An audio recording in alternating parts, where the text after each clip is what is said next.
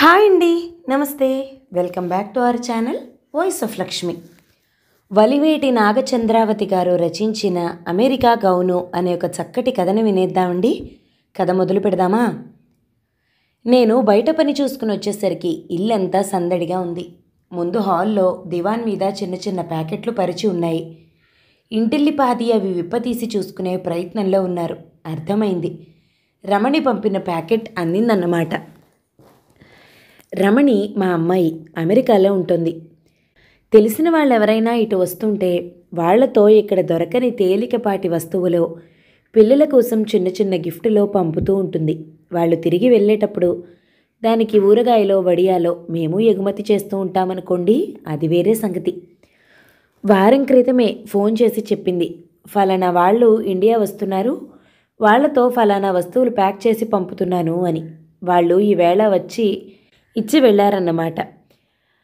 American goods దిగుమతి అయినప్పుడల్లా ఇల్లు ఇలా ఇరుగు పొరుగు అమ్మలెక్కలతో కళకళలాడుతూ గలగలమంటూ ఉంటుంది. ఆ హడావిడి సద్దుమణిగేదాకా ఇంట్లో ఎవ్వరూ ఎవరిని పట్టించుకోరు. నేను కామ్గా మోసుకొచ్చిన సంచుల్ని గోడవారగా పెట్టి పెరట్లోకి వెళ్ళి కాళ్ళు కడుక్కున్నాను. మళ్ళీ హాల్లోకి వచ్చేటప్పుడు చూశారు నన్ను. నా మనవడు బాలు, మనవరాలు సంజు. బాలు నా దగ్గరకు పరిగెత్తుకు వస్తూనే మళ్ళీ ఎక్కడ ఆలస్యం అయిపోతుందో అన్నట్లు, తాతోయ్, అత్త నాకు రోబోట్ పంపించింది, చూడు చూడు ఎంత బాగుందో, ఇదిగో ఇది చూడు, ఈ స్విచ్ నొక్కితే నడుస్తుంది, ఇది నొక్కితే పిల్లి మొగ్గలేస్తుంది, బాల్ విసిరేస్తుంది, ఇంకానేమో చేతిలో బొమ్మని అటు ఇటు తిప్పి చూపిస్తూ దాని తాలూకు విచిత్రాలన్నీ ఒక్క గుక్కని చెప్పేశాడు. 6 ఏళ్ళు వాడికి, 1వ క్లాస్ చదువుతున్నాడు. వాళ్ళత్త పంపిన గౌను కాబోలు సంజుని నిలబెట్టి సైజు సరిపోతుందో లేదో అని కొలతలు చూస్తుంది మా కోడలు సుజాత. తల్లి చేతుల్లో నుంచి ఆ ఫ్రాక్ని ఒక్క గుంజు గుంజి లాక్కుని ఉరుక్కుంటూ వచ్చింది సంజు. తాత, అన్నకి బొమ్మ ఒక్కటే, నాకు చూడు, ఈ గౌను, పియానో, రిబ్బన్లు బోల్డ్ పంపించింది తెలుసా? అన్నకు పోటీగా పలుకులు కుప్పబోస్తున్న దాని వెనకాలే విసుక్కుంటూ వచ్చింది మా కోడలు. భడవకాన, ఒక్క క్షణం ఒక్క చోట కుదురుగా నిలబడవు కదా అంటూ సంజుని నిటారుగా నిలబెట్టి మళ్లీ గౌనుతో పొడుగు వెడల్పులు చూడడం ఆరంభించింది. వెళ్ళిపోతున్న అమ్మలెక్కలకి సెండ్ ఆఫ్ ఇచ్చి నాకు మంచినీళ్ళ గ్లాస్ పట్టుకొచ్చింది మా ఆవిడ వర్ధని. అలా పైపైన పెట్టి చూస్తే ఏం తెలుస్తుంది సుజాత, పూర్తిగా తొడిగి చూడు అని కోడలికి సలహా ఇచ్చి నా వైపు తిరిగింది. రమణి పంపింది. వారం రోజుల్లో సంజు పుట్టినరోజుగా తను పంపిన గౌనే వెయ్యాలిట మేనకోడలికి. కూతురి కోరిక చెప్తూ మురిపెంగా నవ్వింది మా ఆవిడ. నాకు గ్లాస్ అందించేసి తిరిగి మళ్ళీ వాళ్ళు విదేశీ వస్తు పరిశీలనలోనూ వాటి గుణ విశిష్టతా గానంలోనూ మునిగిపోయిన తీరు చూస్తే ఓ కప్పు కాఫీ అడుగుదామనుకుని ధైర్యం చాలక మాట్లాడకుండా మంచినీళ్లు తాగి ఉస్సురనుకుంటూ పడకుర్చీలో వాలిపోయాను.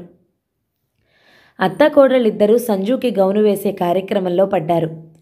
అది కాస్త సంజు భుజాల దగ్గరే బిగుసుకుని అలకపానుపు దిగనని భీష్మించు కూర్చున్న కొత్త అల్లుడిలా కిందికి దిగనంటోంది. చేతులు దూర్చాలని వర్ధని, కిందికి జార్చాలని సుజాత చేసే ప్రయత్నాలు ఏవీ ఫలించలేదు.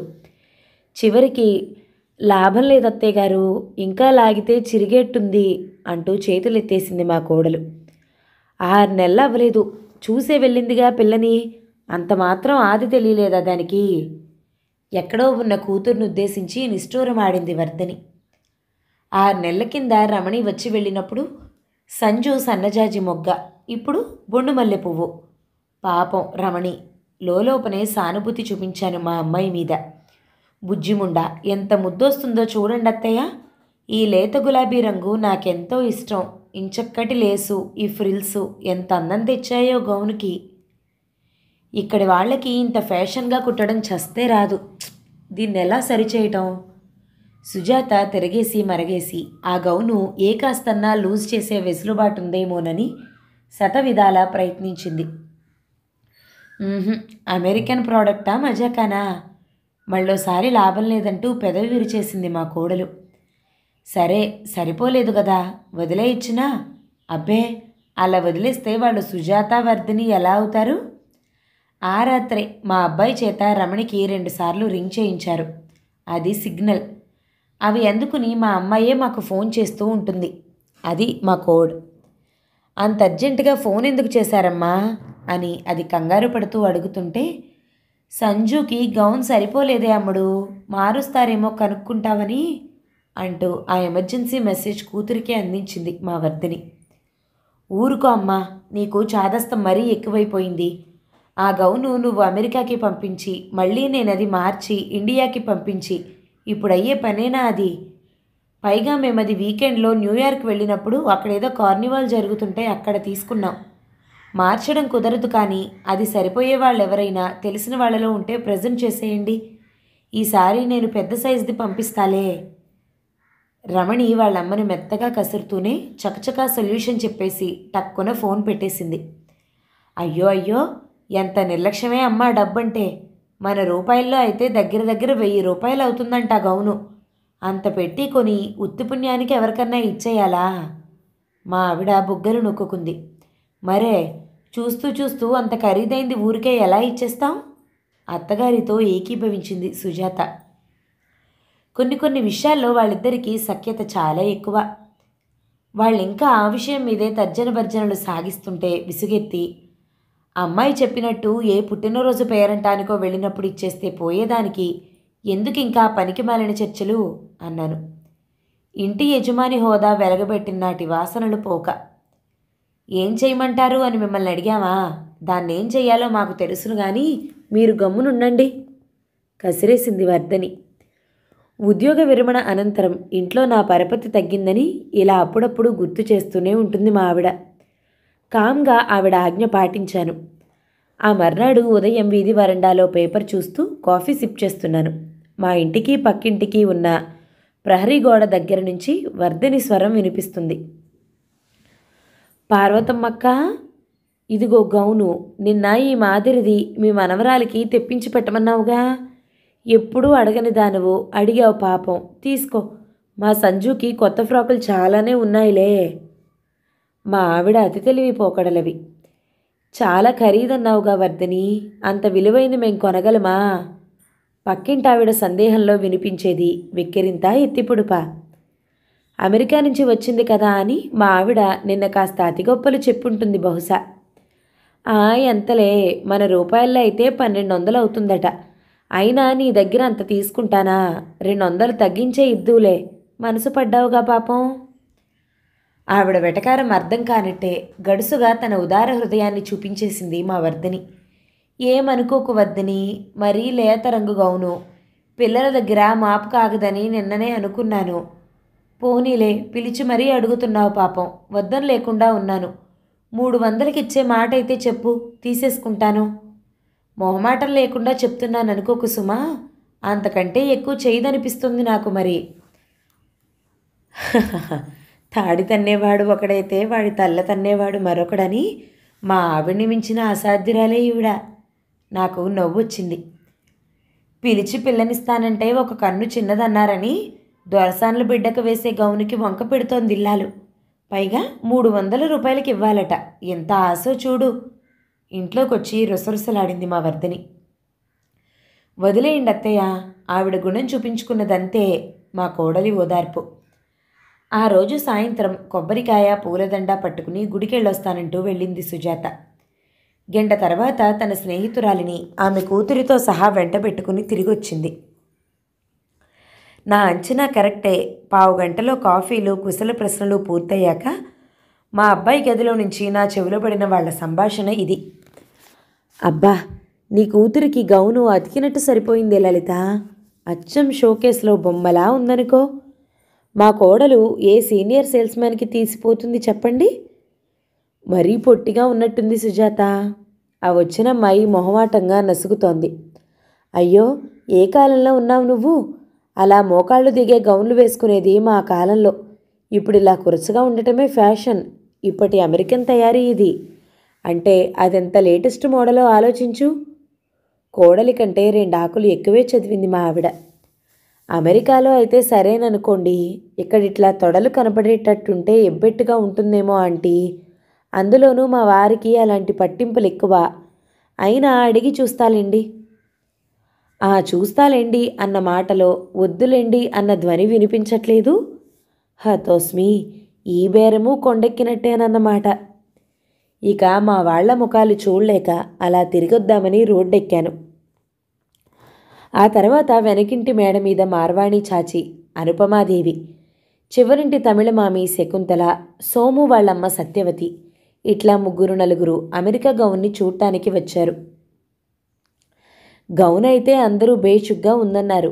కాకుంటే కొందరికి దాని వెల నచ్చలేదు. కొందరికి దాని సైజు వాళ్ళ పిల్లలకి సరిపోలేదు. దానాదీనా గౌను చెల్లుబాటవ్వలేదు. సరే, ఆఖరికి చుట్టాల్లో ఎవరి పిల్లలకైనా కానుకగా ఇచ్చేయమన్న మా అమ్మాయి సలహానే పాటించక తప్పని పరిస్థితి వచ్చేసింది అత్తాకోడళ్ళకి. అప్పుడే వచ్చింది తంట. ఆ రోజు రాత్రి నా పక్క దులిపివేస్తూ ఏదో సణుగుతుంది వర్ధిని. అనేదేదో వినబడేట్టుగా అనరాదు అన్నాను. ఆ అమెరికా గౌను వాళ్ళ చెల్లెలి కూతురికి పంపిస్తుందిట మీ కోడలు. అది కాపురానికి వచ్చి 10 ఏళ్ళయిందా? మనం నెత్తిన పెట్టుకునేగా చూస్తున్నాం. అయినా ఆపేక్షంతా అటువైపే. ఆ చెల్లెలికి ఏం తక్కువ చెప్పండి? కోటీశ్వరులు. ఈ గౌనే కావాలా వాళ్ళకి? సరే, అదంతా పక్కన పెట్టండి. నా కూతురు పంపిన వస్తువు మీద ఈవిడికేమిటి పెత్తనం? సౌండ్ అంతగా లేదు కానీ మాటలకి మాత్రం కారం అద్దినట్టే అనిపించింది నాకు. వర్ధనికి కోపం వచ్చినప్పుడు మనం మాట్లాడకుండా ఉండటమే మంచిదని నా అనుభవం. నేను మౌనం పాటించాను. తెల్లారింది. ఇంట్లో ఏదో అనీజీ. నవ్వుకుంటూ కబుర్లాడుకుంటూ పనులు చేసుకునే అత్తాకోడళ్ళిద్దరూ ఎడముఖం పెడముఖం. పిల్లల్ని కసురుకోవటం, కాఫీలు టిఫిన్లు ఆలస్యం చేయటం, పిలిస్తే కరిచినట్టు జవాబివ్వటం. అబ్బా, ఇంట్లో ఉండటం ముళ్ళ మీదున్నట్టే ఉంది.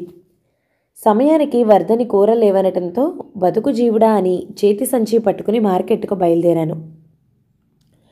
నేను వెళుతుంటే హరి గేటు వేయడానికి వచ్చినట్లొచ్చి, ఏంటి నాన్న, ఇంట్లో కోల్డ్ వారేదో మొదలైనట్టుంది అన్నాడు గుసగుసగా. ఏంటి అన్నాను, ఏమీ తెలియనట్టు నొసలు చిట్లించి. అమ్మ ఆ అమెరికా గౌను వాళ్ళ అక్క మనవరాలకి ఇస్తానందిట. పంతానికి కాకపోతే నా కూతురికిచ్చిన గౌను మీద ఆవిడకేమిటి హక్కు అని. ఎప్పుడూ లేంది అమ్మ మీద రాత్రి నుంచి తెగ చిటపటలాడుతుంది సుజాత చెప్పాడు హరి. నేను కూడా వాళ్ళ అమ్మ తరపు వాదన వినిపించాను. పట్టమంటే కప్పకి కోపం, విడవమంటే పాముకి కోపం. మనం ఇప్పుడు ఏం చేయాలి? బేలముఖం పెట్టాడు హరి. నాకు దిగులనిపించింది. బయటి పనుల్లో మాకెన్ని టెన్షన్లు చికాకులు ఉన్నా ఇంటికొచ్చేసరికి అవన్నీ మరుపున పడి తేలిగ్గా అనిపించడానికి కారణం ఈ ఇంటి లక్ష్మీ సరస్వతులిద్దరూ అన్యోన్యంగా కలిసిపోయి గృహ వాతావరణాన్ని ఆహ్లాదంగా ఉంచటం వల్లే అని మా ఇద్దరికీ బాగా తెలుసు. అదిప్పుడు చెడుతుందా? రాత్రి భోజనాల దగ్గర హరి తల్లికి పెళ్ళానికి సంధి కుదిర్చే ప్రయత్నం చేశాడు. అమ్మా, మీ ఇద్దరూ ఇలా ఉలుకు పలుకు లేకుండా బొమ్మల్లా తిరుగుతుంటే మాకు ఇల్లు నరకల్లా ఉంది. ఇంట్లో ఉండలేకపోతున్నాం. ఆ దిక్కుమాలిన గౌను గురించేగా గొడవంతా. అది ఎవరికో ఇస్తానని నువ్వు పట్టుపట్టద్దు. సుజా, దాన్ని మీ వాళ్ళకి పంపే పని నువ్వు మానుకో.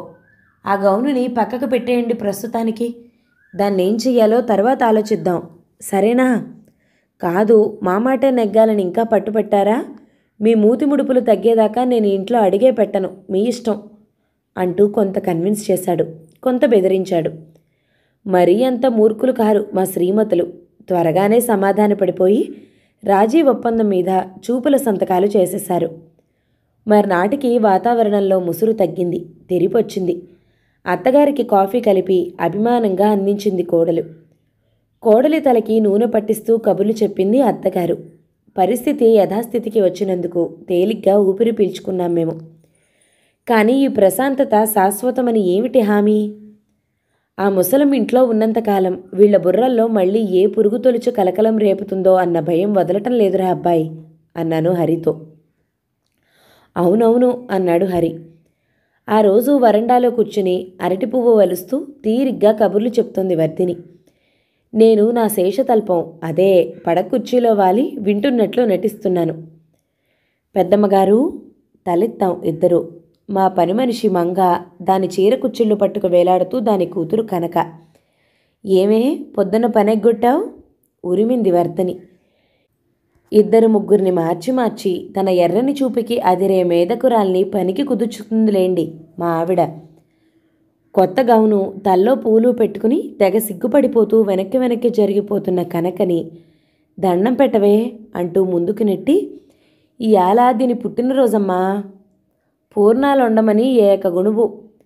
అవి కాసిని గారెలు వండేటప్పటికి వేళ మిగల్లేదమ్మా నమ్రతగా చెప్పింది మంగ. వంగిన కనక ముందున్న తన కాళ్ళని గబుక్కున వెనక్కి లాక్కుంటూ 4 కాలాల పాటు చల్లగా ఉండు అని అర్జెంటుగా దీవించేసి సరిసరిలే పద బోలెడన్నంట్లు మూలుగుతున్నాయి, పెరట్లోకి నడు తొందర పెట్టేసింది వర్ధని. ఎడుతున్నాలే గాని అమ్మా నంగిగా నానుస్తూ అక్కడే నిలబడిపోయింది మంగ. ఏమిటే, దేనికో టెండర్ వేస్తుందని అర్థమైపోయినట్టుంది మా ఆవిడకి. విసుగ్గా ముఖం పెట్టింది. సినిమాకి వెళ్దామని గోల చేస్తా ఉంది. ఒక 100 రూపాయలు ఇవ్వండమ్మా, జీతంలో పట్టుకుందురు గాని. ఈ నెల జీతం ఎప్పుడో వాడేసుకున్నావు గదే. మళ్ళీ వర్ధని ఇంకా ఏదో అంటూనే ఉంది. నేనిస్తాలే అని మాటిచ్చేశాను. నేను పర్స్ కోసం లోపలికి వచ్చినప్పుడు విన్నాను. మా ఆవిడ కోడలితో అంటుంది, కనక పుట్టినరోజట, దానికి ఏమన్నా ఇవ్వాలిగా. మనకి పనికిరానివేమన్నా ఉన్నాయేమో చూడు. పక్కకి పడేసిన బొమ్మో దిమ్మో. చూస్తాలేండి, కారు బొమ్మ ఒకటి ఉండాలి. రంగు మాయలేదు కానీ వెనక చక్రం కాస్త విరిగింది. పర్లేదు, కనబడదులేండి. అట్టపెట్టెలో పెట్టి ఇచ్చేస్తాను విశాల హృదయంతో చెప్తోంది కోడలు.